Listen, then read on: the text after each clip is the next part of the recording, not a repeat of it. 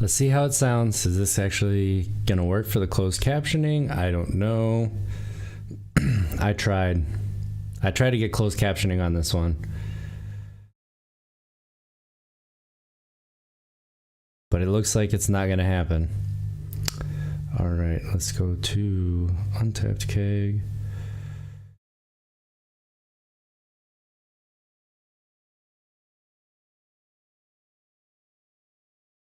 Can you hear me?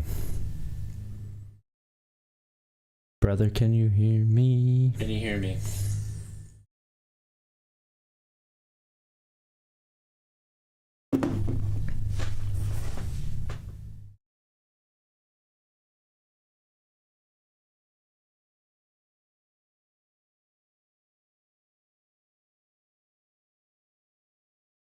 Live a little bit early. I'm gonna record at the same time. Gonna try a bunch of different things, you know. Let's see how this one goes. I'm not sitting like directly in front of the camera. I think that's like messing with me a little bit, you know. I mean, we'll see. I've been told that I need to do a solo episode, so I kind of left this open for it. Do a recap on kind of my story, which I have told, but I haven't told it in an entire episode before, where that whole episode is about kind of being 8 years sober, my trials and tribulations and stuff like that. So I'm excited. I'm excited to do this. I am very excited.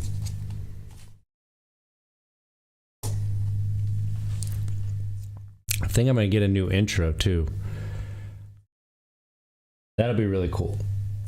Like to the audio side, I don't think about the visual side. The visual side, I think we'll try to do something that's a little shorter. But the audio side, I think I'm gonna try adding a little something at the beginning on top of our music. So that'll be interesting. And then I've been cutting kind of trailers out of it. I'm doing a little bit more editing on the audio side, which is fine. I was doing none before besides like cutting this out. So I appreciate everybody who is here, everybody who is watching later, and I'm excited. I'm excited. I tried to add captions onto this one, but they just ain't happening. So it is 1 p.m. Eastern Standard Time. I'll probably be talking to chat more than I normally would after I get through my story. I'm trying to keep that to about 30 minutes. So we'll see how that goes. Let's cut to the intro.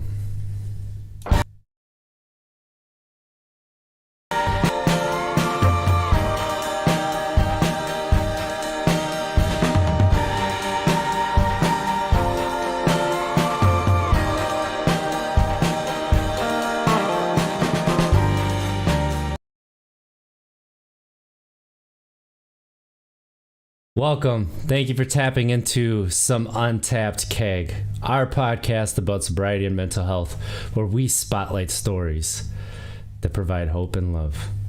I am one of your hosts, RJ Zimmerman. I am your only host today. And this special episode is brought to you by my friend who told me my story is powerful and I need to tell it. And I think starting there is important. It's important for me to lay out that I didn't think my story mattered. I didn't think anybody honestly really cared about it. I had people ask about my story and I would tell it. I'm not shy about my story, you know. I'm an alcoholic. I'm 8 years sober. But the more I tell it to people and the more people resonate with it, lets me know it is powerful. I can provide hope. And maybe it will be a little inspiring.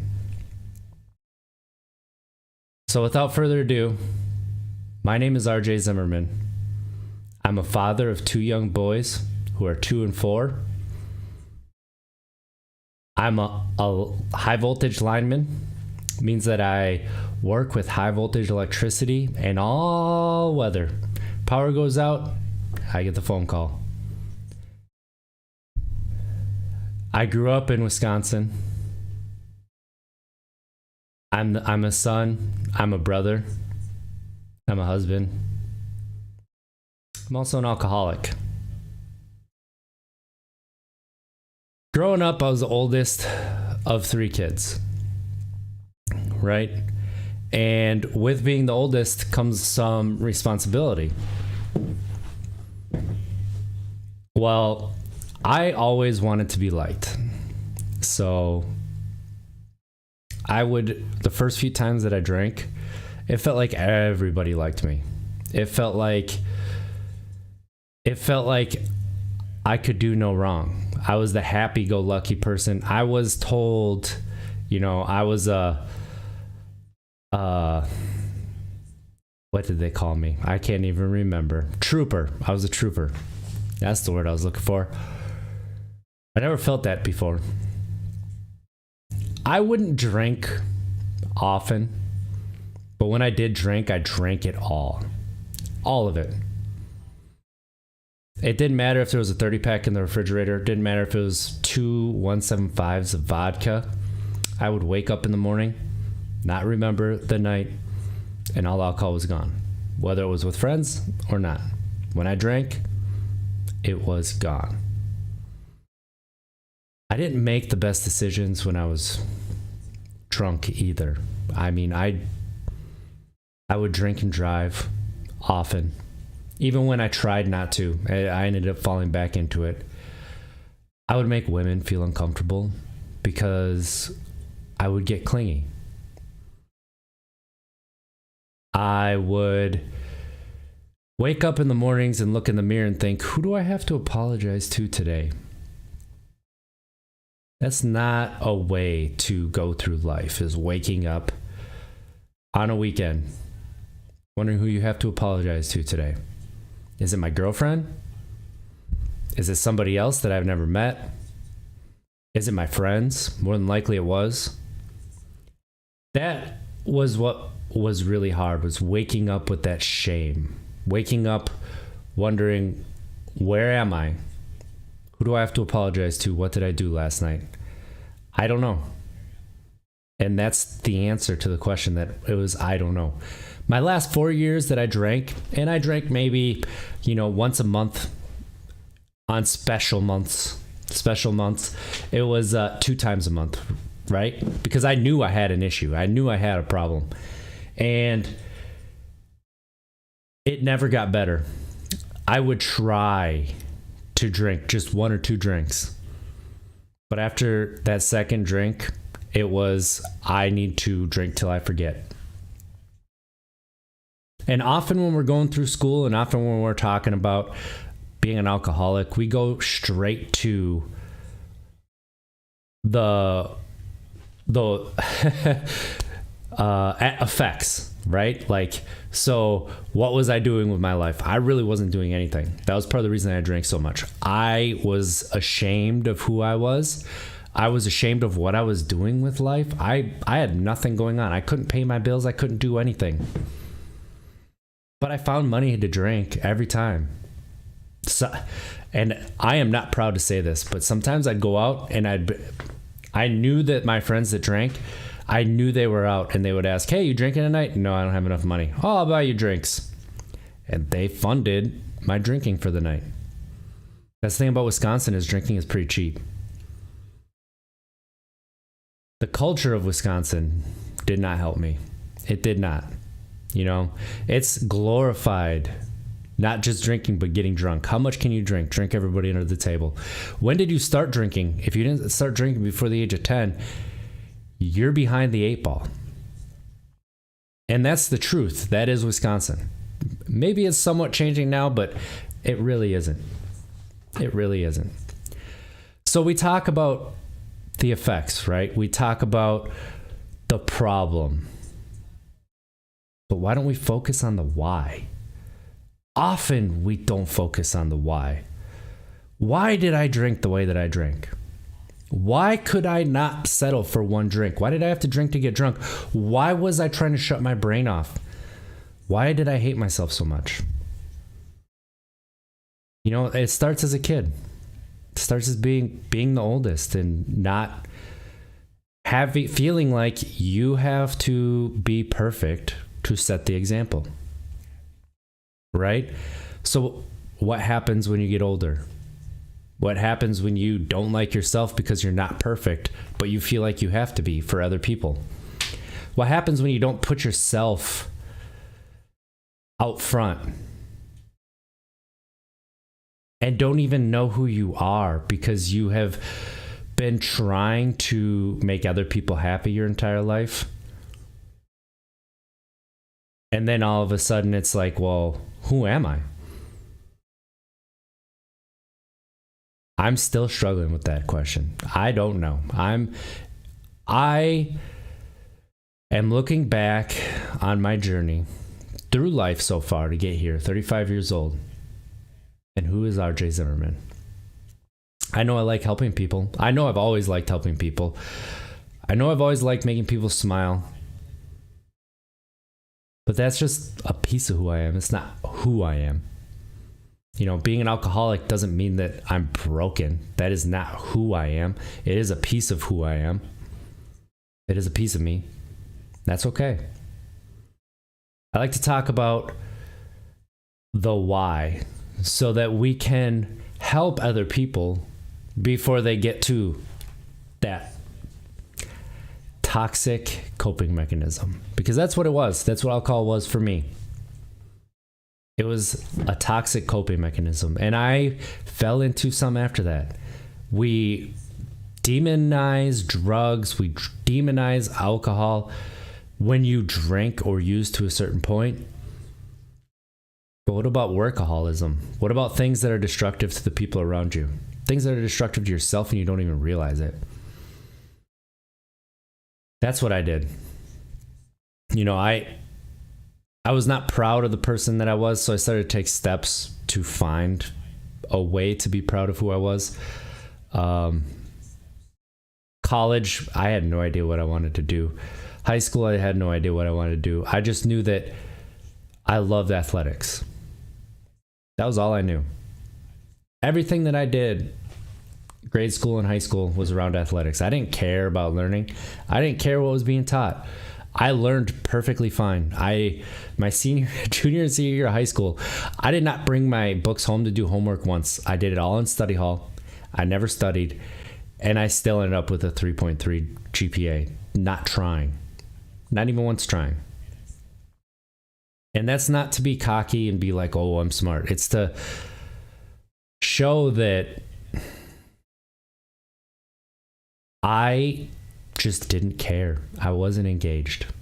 I cared about sports and that was it. But I cared about sports and I didn't think I was any good. Other people would tell me I'm good and I would think that they're being polite. I don't believe that. I was so deep into self-loathing and self-hatred from a young age that I didn't even know I was doing it.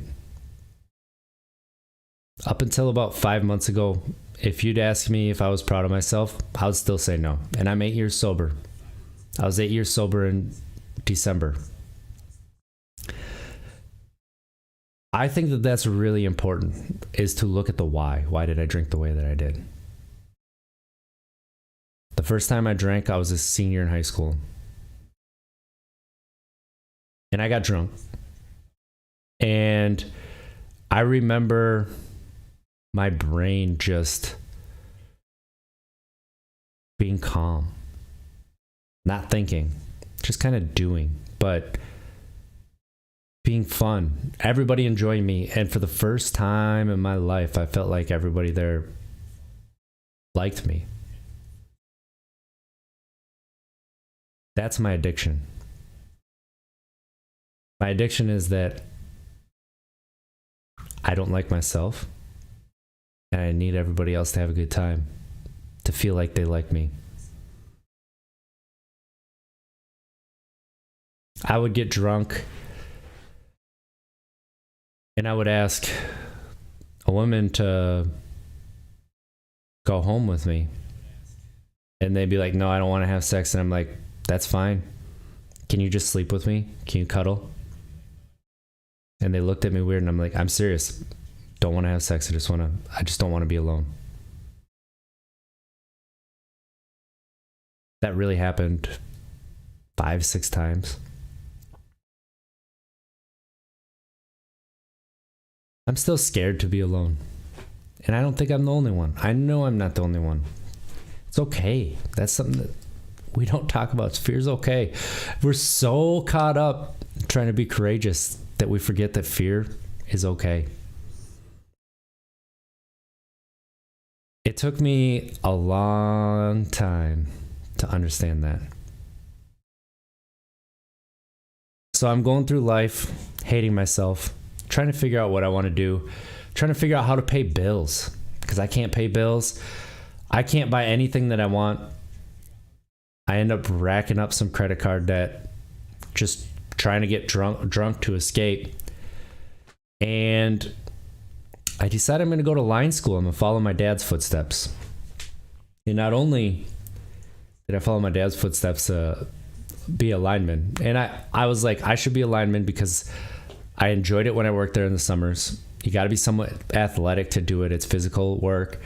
And you can support a family on it. Supported a family of 5, basically one income my entire life. I ended up loving it. I love the work that I do. I love the helping people, because that's what you are doing. You're helping people get electricity. You're helping them live better lives. So I fell into it. You know, my dad has been sober from alcohol for about closing in on 30 years, probably 25, 27 years. But we never really talked about it. I knew how he struggled. He drank the way that I drink. We talk about it a little bit now, but growing up, we didn't really, other than I knew that he didn't drink because he couldn't stop himself. And that was kind of the only thing that I knew. So I knew I was susceptible to it. But what I wasn't prepared for was the addiction of shutting my brain off. The addiction of being the life of the party. Everybody liking you. So I go sober and go right after I graduate from line school. I cut my drinking down to every other month. Still an issue. First time I have a 2-day hangover, that was it. I was supposed to be somewhere with my girlfriend at the time, and I texted, I said, I'm not going to make it. And she texts back, I figured. I wasn't planning on you being there.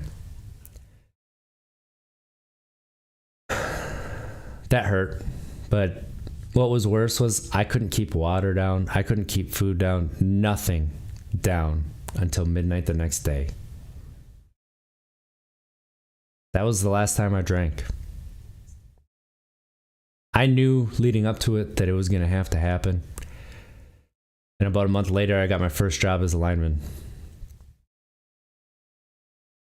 It only lasted a few months because not only did I not feel physically safe there, I was threatened. I was threatened because I was dating a black woman. So I think I find my job and I lose it because of I'm dating a black woman in the year 2014. That's the world we live in. So I'm home, sober, no job, just bought a new vehicle. It wasn't brand new, it was a used vehicle, but it was new to me and I needed one that was reliable. What do I do? I found stories. So I applied to jobs during the day. I ended up getting an interview 2 weeks later. But I was reading, I was playing video games, and I was watching TV shows and movies. That's all I was doing. I removed myself from every trigger that I had when I started going sober, because I went sober cold turkey. But I still hated myself. I could not look in the mirror and like the person that I was looking at. I think that has been the biggest struggle of this journey. It wasn't the alcohol. It wasn't giving up the alcohol. It was coming to terms with the fact that I did not like myself. How do you turn from not liking yourself to self-love? It's not possible to go straight to that. So I end up getting another line job at a utility company, and I threw myself into it. I renting a house with my girlfriend with the intention of buying a house and getting married. I ended up proposing to her, and she's my fiance, but I'm out working. If they call for overtime, I'm in. They call, it doesn't matter what I have going on the next day. If I have family coming into town, whatever, I'm going to work. I defined myself by my career. I defined myself again. I went from defining myself as somebody everybody likes in alcohol to RJ the lineman. That's it. That's all I was. And I don't think I'm the only one who defines himself by what I do. That was another thing that I hated myself for, was what I was doing. Could I tell somebody what I did and actually be proud of it? I can if I'm a lineman. I threw myself into that job for 6 years. And then I realized it doesn't matter what I do. They just see me as a number. And I had coworkers that I loved. I had coworkers that I didn't get along with. I had coworkers that I wanted to be proud of me for how fast I was coming along in the apprenticeship, for the work that I was doing. But I wasn't proud of myself. I struggled in the 4th year of my apprenticeship because I felt like I should be better than I was. Even though I was perfectly fine, even though I was good for 4th year, I still felt like I needed to be as good as the people doing it for 30 plus years. That's unreasonable. That's toxic. That makes you fall into a deeper self-loathing pit. And then, my first child's born. And at this point, I still don't know that I hate myself. This is just my existence. So I go from alcohol into some stories, into work. First child's born. I throw myself into being a dad. I love it. I still love being a dad. Being a dad is one of the best things of my life right now. Sometimes does my patience run thin? Absolutely. I'm human. I'm a parent. They're 4 and 2. They got nothing but energy. I'm 35. I don't got it like that anymore. But I threw my self-identity into being a dad. So who's RJ? RJ's a partier. Somebody everybody likes. RJ's a lineman. RJ's a dad. None of these things really define me, but that's what I was throwing into the bucket. That's all I could throw into it. I didn't realize that I didn't know who I was until people started asking those icebreaker questions. What's one thing about you that's special? I couldn't answer. There's nothing. I'm a chameleon. I went from one group to another. I didn't realize this at the time, but I realize it now. I've never had a deep conversation with a friend. I've never been able to have deep conversations with my family. Not really. Sometimes I used to try to have deep conversations with my partner. I just wasn't able to because I didn't feel safe. I didn't realize the guards that I had up to protect myself. I was so deep into trying to make everybody like me, trying to blend between these communities, that I never figured out who I was, really what I enjoyed. I put it on my children to have to make me feel wanted. That's not okay to do to a child. I didn't know it at the time. My second child's born. I'm sober 5 years at this point, 6. And I had very little patience. Work is rough. I don't have anywhere I can turn. I don't have anybody I can talk to. I'm always on eggshells. I'm always on thin ice. Taking steps, and I notice when people are upset with me. So every time I take a step and there's a spider crack, I seize up.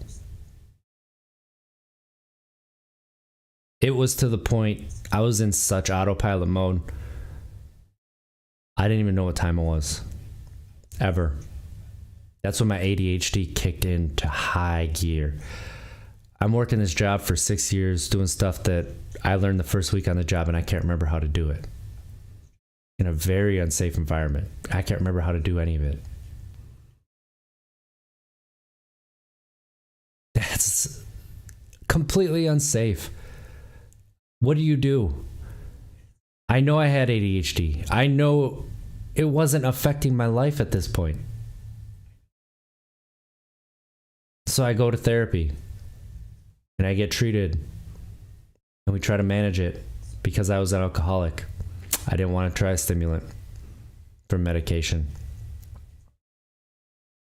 It worked to a point,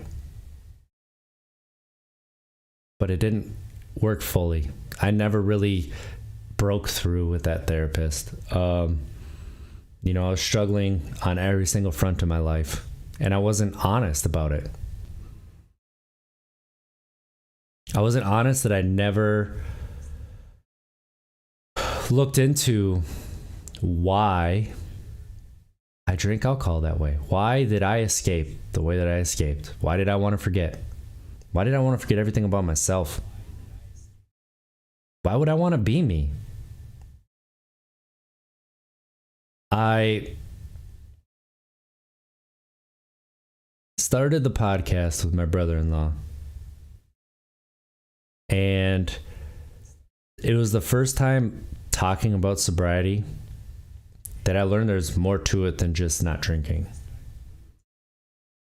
That therapy, there's more to it than just going to therapy and talking. And it's not that you're doing work at home, right? It's not the homework. It's that you're being honest with yourself, period. Point blank. That's it. That's where we start. First time I said I was an alcoholic was on the podcast. I never even considered it before. Alcoholics drink every day. I didn't drink every day. I just drank it all. That's a lie. That's a bias. Thank you, Hollywood. It's not true. Alcoholics is somebody who disappear into the bottle, no matter how often they drink. When you drink and you can't stop yourself, you depend on that. But when you come to depend on something, that's when you have to look into the mirror and ask why.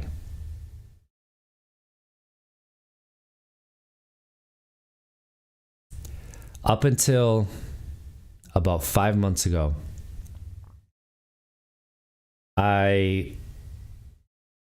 everything that I did, I was like, okay, how am I gonna mess it up? I'm not good enough. I can't do that.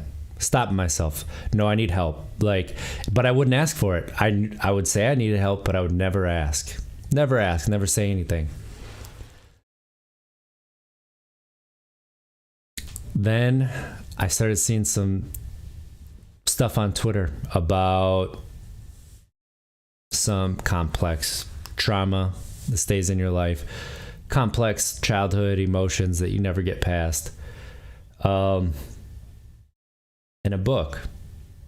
So I read it, and I really, really, I identified with a lot of it. And it was Brittany Shelton, and it was Discovering Beautiful. And I highly recommend this book. It's a very easy read. It's a quick read. But she talks about how she changed her life and how you can change yours too.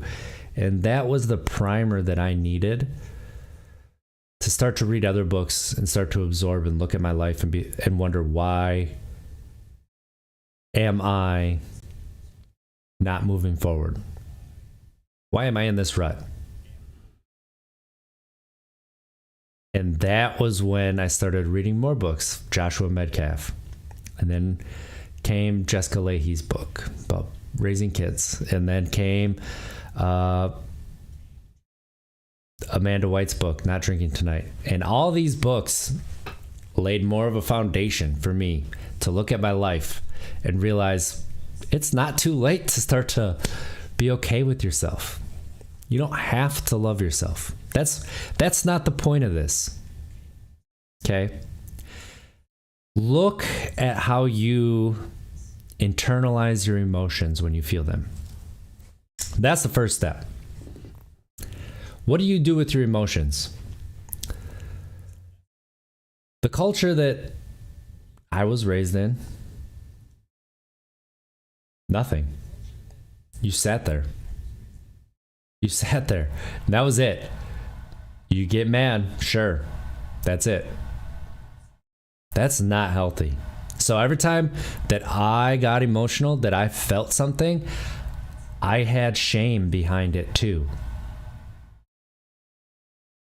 If I would get sad, look at other people's lives, I don't have any right to be sad. And I'd feel shame.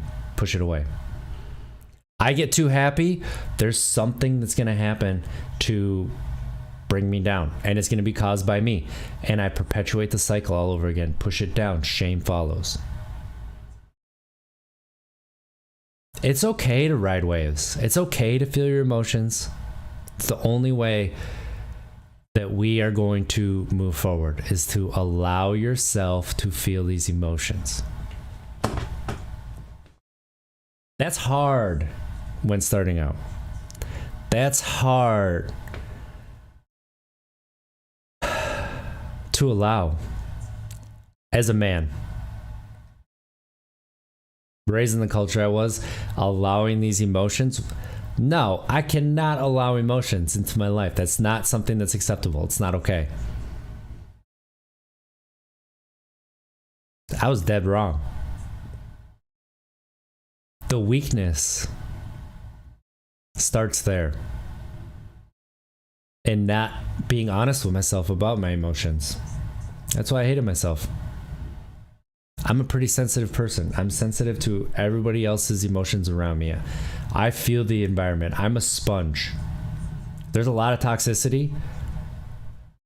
I feel it and absorb it. And I could either do one of two things. I can become toxic, or I can continue to be naive and change. Before, a few years ago, or not even years ago, a few months ago, I would absorb that toxicity and put it right back into the world without even realizing it. I'd bring that home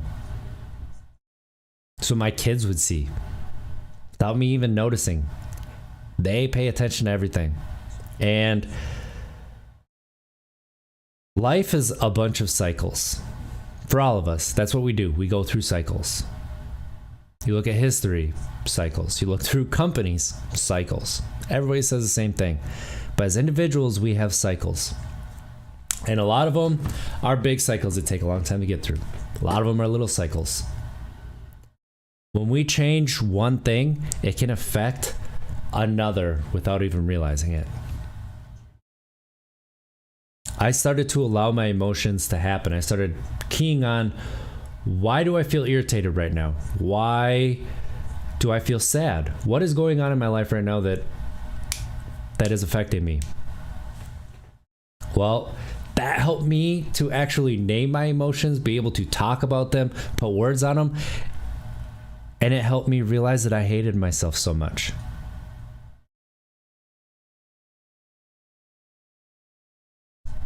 I used to think it was selfish to be proud of yourself. I used to think it was very selfish to take time for yourself. It's not. I didn't know that. That's all I knew. But it's not. When we are top of mind about something, that's when we can make changes. And by top of mind, I mean if we feel an emotion, or you know that your body's feeling a certain way, you're uptight, thinking about why is that? If I'm going through a craving in my sobriety right now, I think, why am I craving right now?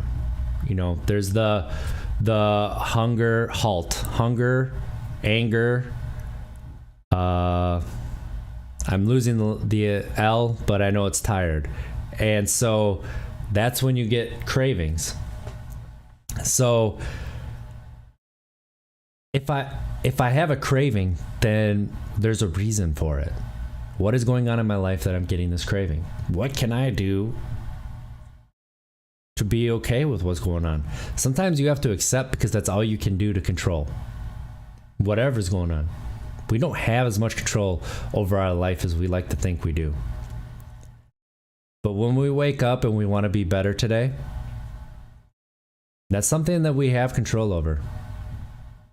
And that's where it starts. So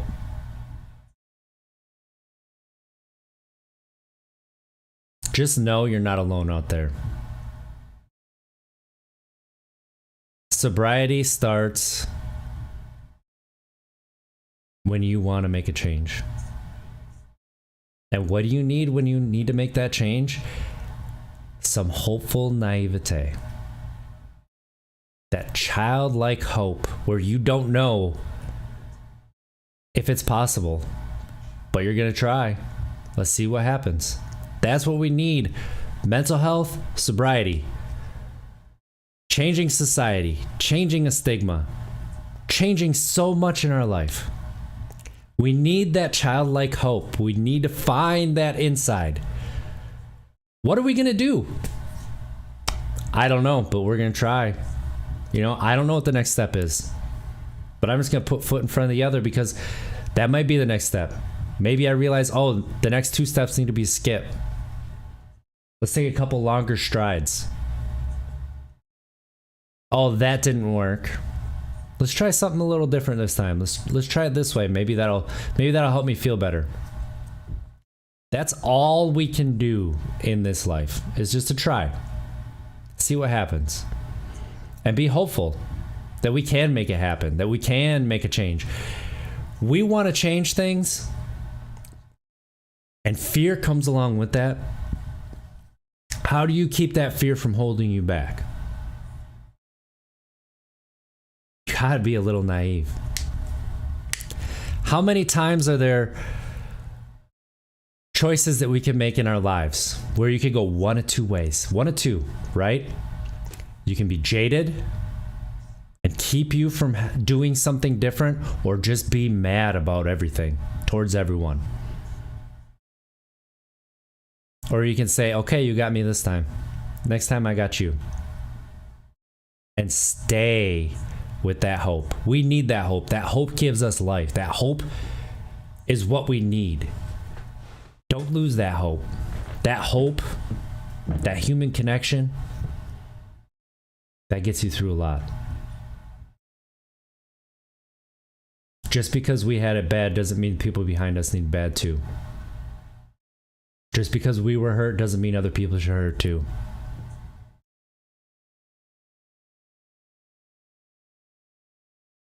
I think that's the most important part of my story.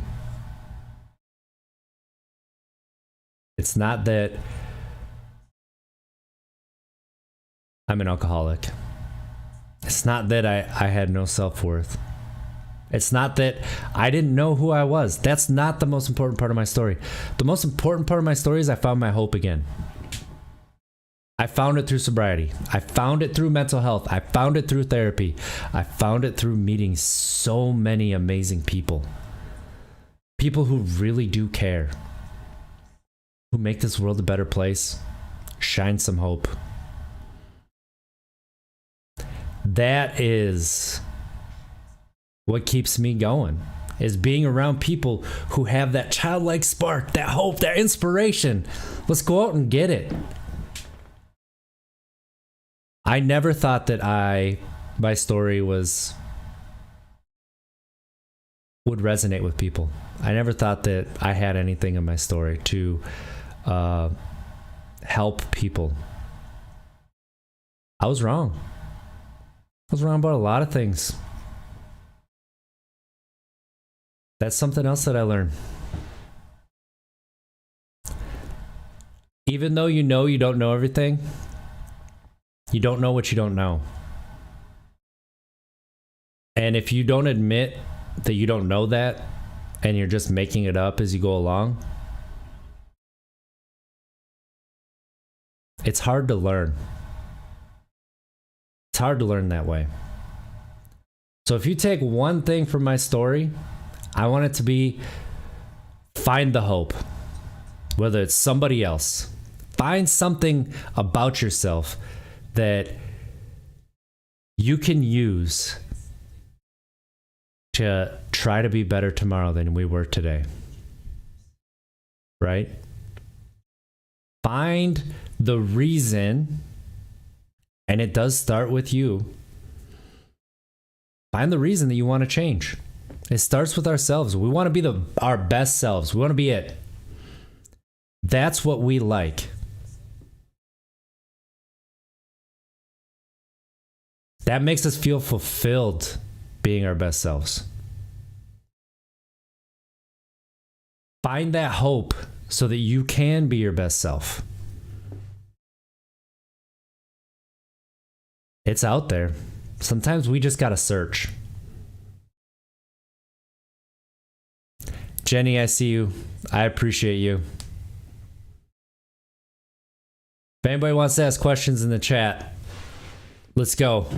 Last 20 minutes. All RJ episode.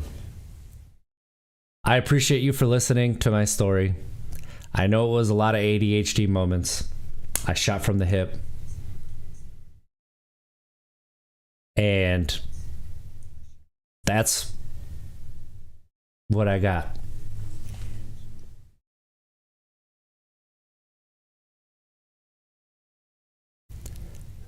I'm glad you're feeling inspired and hopeful, Jenny. Thank you for being here. I didn't know that I could be inspiring. Like, the thing about sobriety is that what we're scared of when it comes to sobriety, when it comes to mental health, period, we're scared that it's the end. Sobriety, we're scared we're not going to have fun anymore. I wasn't having fun when I was drunk, and if I was, I couldn't remember it. I never remembered it. So what's the point? If I wake up in the mirror and I look in the mirror and I hate that person, how's that helping me? Same thing with not liking who I see in the mirror. I mean, that's not helping me. That's not helping anybody in my life. You don't have to look in the mirror and love the person you see, but you can look in the mirror and say, you know what? You're all right. You're going to be all right today. And that's the great place to start. That's where we all got to start. And I'm not talking physically. I'm just talking mentally. Because you see your own heart. You see what you're doing. I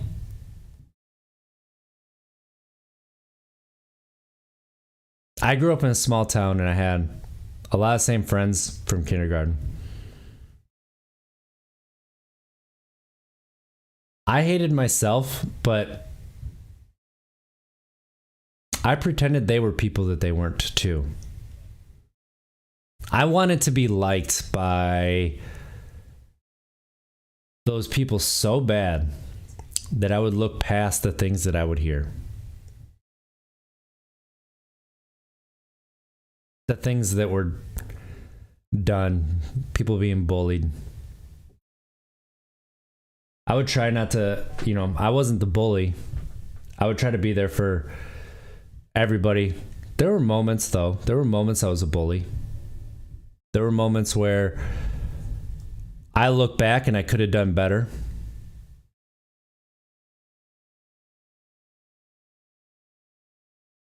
But I can't change that now. I can just do better now. I can just reach my hand out and I can let you know that I'm here for you. You don't have to be alone.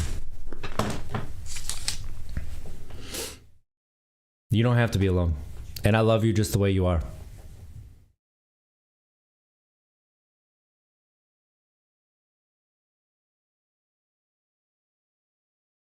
I still have moments where I look back and I'm like, why would I do that? Why did I do that? That's mean. That's frustrating. That's not just frustrating. That's mean. But I try not to dwell on it anymore. Because who is that helping? Is that helping the person that I offended back then? No. Is it helping me right now? Absolutely not, because I'm burning the food that I'm cooking, but I'm dwelling on that.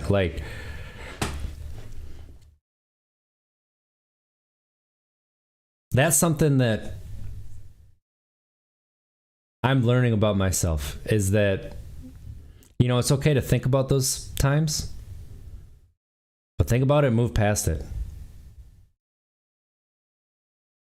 Think about it, move past it. It's okay to feel. There's going to be sad days. There's going to be happy days.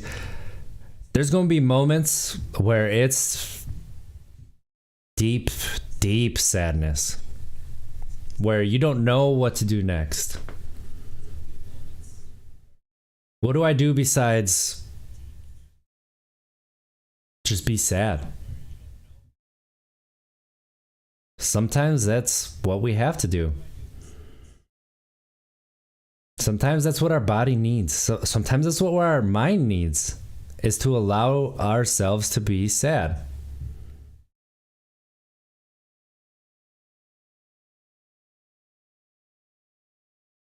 I've let people hold me back, and myself, most of my life.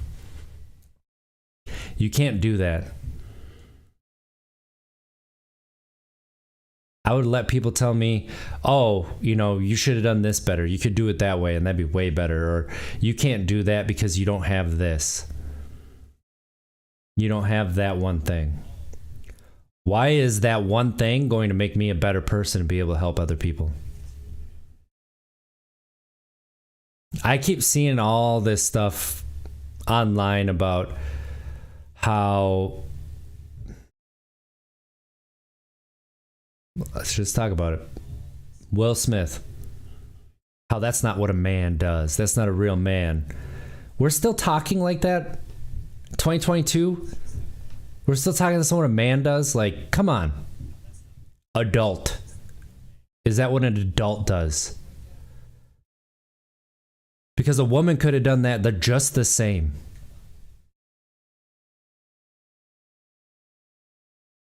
It is an adult who acted like that. And guess what? We don't know the full context around it.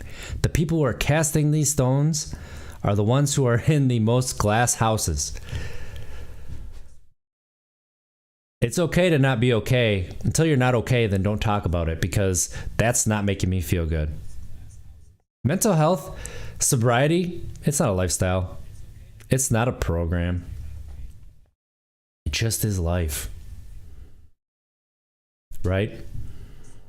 You don't just go through it and you're done. There's no end point. There's no point where you get a certificate and you're all good. Now you can go on and do things with your life that aren't this. It's there and it's a part of your life. And when you accept it,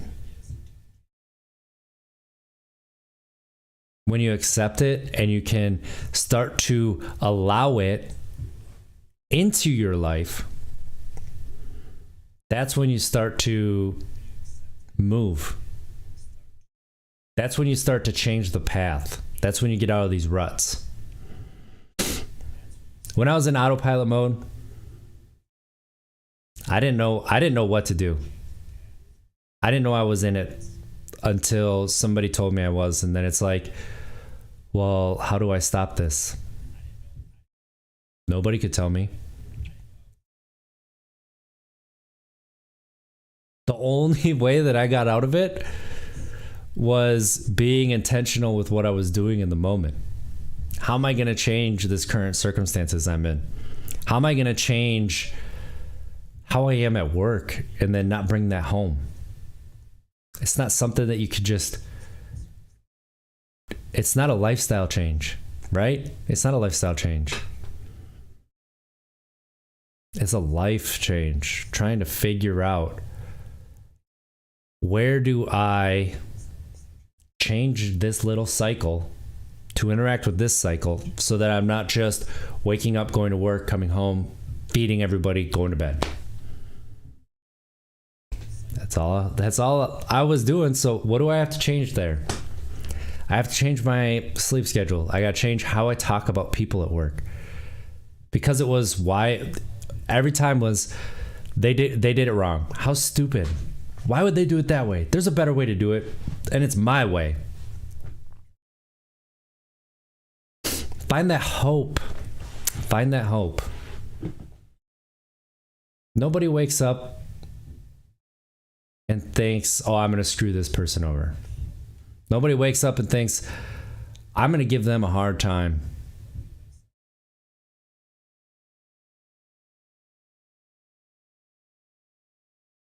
Give people room for growth, because we're going to need it at some point too. Find that hope. Let that child out. Have some fun. Laugh. Do something that you've never done before, because what's the worst that's going to happen? You're going to like it?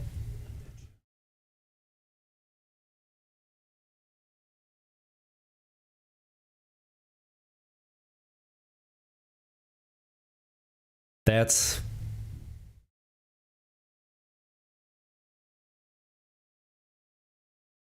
really life.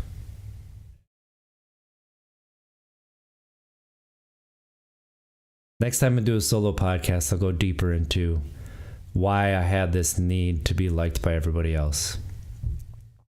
Where it started, this perfectionist attitude, this self-hatred. But I really wanted to get through that. The change that needed to happen, it needed hope to start.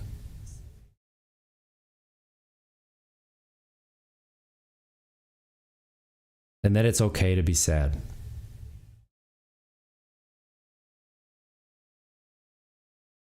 It's not selfish to take time to decompress for yourself. It's not selfish to want to feel better. Your hobbies aren't selfish.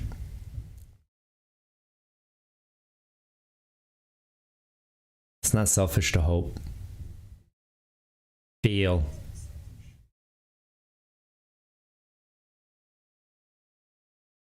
It's selfish to stay the same.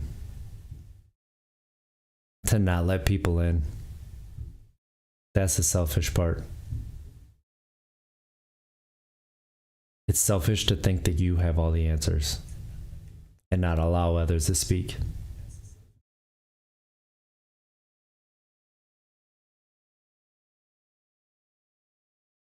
Sometimes it's hard to find the hope in this life.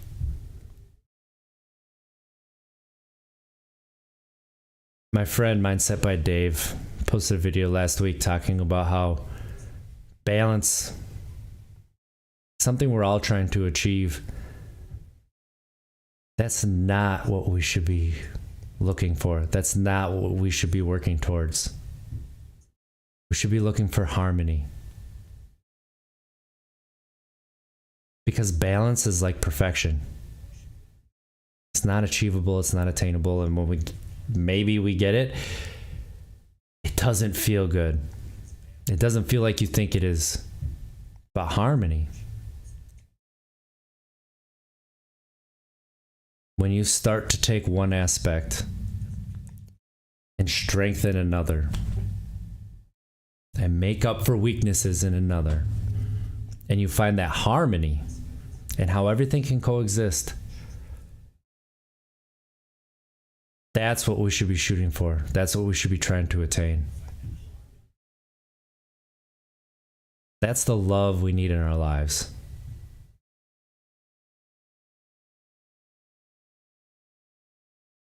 That's the hope.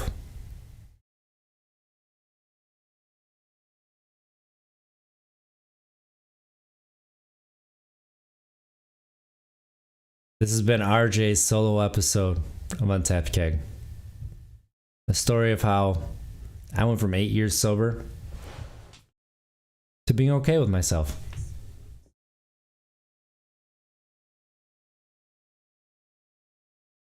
Find me on all social media platforms on Untapped Keg. Look us up, all podcast platforms. Untapped Keg. Leave us a review, 5-star rating. I'd love that. If you're looking for a new podcast player, go to Good Pods. It makes it really easy to discover indie podcasts. It's almost like a YouTube for podcasts, except honestly, it's a little bit easier to use than YouTube is even. And hit me up if you need resources, if you just want to talk. My DMs are open on Untapped Keg, all social media platforms. Go to untappedkeg.com. You'll find a email list you can join. Once a month, we'll send out a newsletter. You can see my daily videos where I talk about my journey of accepting my emotions, what's going on in my life, what's new. And if you need a speaker for an event, someone to come in and provide some motivation, look me up. RJ Zimmerman at untappedkeg.com. I'd love to be there. Everybody, have a good week. Try to be better tomorrow than we were today. Because at least if we don't make it, we tried. Find the hope in your life. I love you.